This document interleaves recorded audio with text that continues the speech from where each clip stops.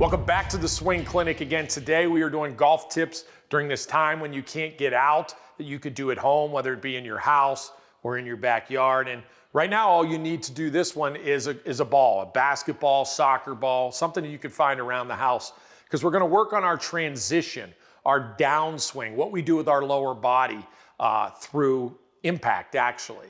If you watch a lot of my swing clinics in the past, you'll see one of my co-hosts, Lauren Alaya, she works with George Gankus. I watch George do a lot of golf tips with balls, to teach that transition. He's one of the best teachers in the world. If you get a chance, check out George Gankus because he's phenomenal. So what we're gonna do with this ball right now is we're gonna set up and we're gonna put it between our legs, somewhere around our knees, maybe even above our knees from this standpoint.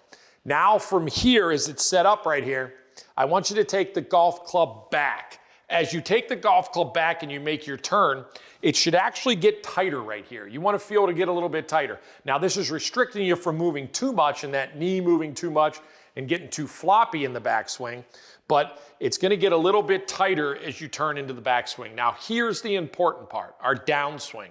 As our downswing starts, what we'll see is we'll see a lot of people move this way. If you move this way, you'll see the basketball still stays in here. Our weight comes off our back foot right away. It really puts us in a tough position to make good, consistent contact at the bottom.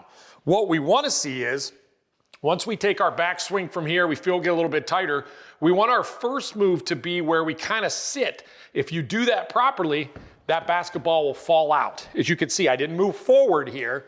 I moved down. It's like I went into the ground right here. If I get into the ground right here, that basketball falls out. Then from here, I could just rotate to the golf ball, allow my weight to then get forward through impact and make good, consistent contact. So it's very small. There's a very small area right there where it's good or it's bad. And that area again is from here, once we get it back, if we move this way a little bit, that's trouble. And I know a lot of players do that. We really want to move this way. It's going to feel like you're going into the ground without that back foot going forward. That back foot doesn't want to go forward until we get to the point where we're starting to rotate to impact. So again, small little area where I bet you don't think about in your golf game that will help your ball striking. I can't even tell you how much it's going to help your ball striking. And it's going to help your power. You're going to be able to hit the golf ball further. A lot of you slicers get going in this direction. We need you going in this direction and then to that direction. So again, easy. Basketball, hopefully you have one in your garage, you have one somewhere like that.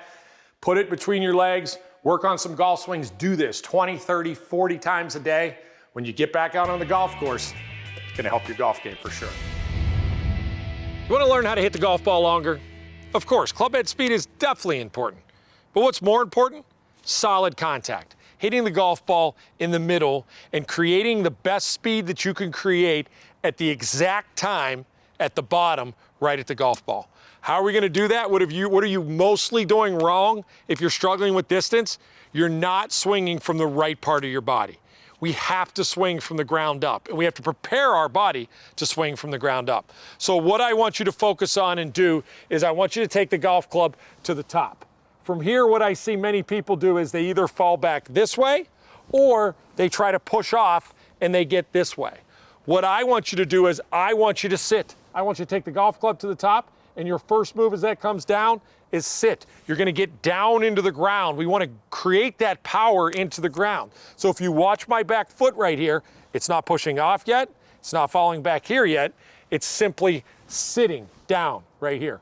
Now as the golf club starts to move forward a little bit, that's when we can start to push off, let our right leg for a right-handed player move forward and fire through that golf ball and create good speed, but solidness of contact right here. The moves that we're seeing right now where people lose distance is when they push off, which allows that club to get over the top, and they just don't hit it in the center. So again, this is how we're gonna hit the golf ball further. We're gonna take it to the top. From here, as soon as this club starts to fall, we're gonna sit. We're gonna feel ourselves get closer to the ground.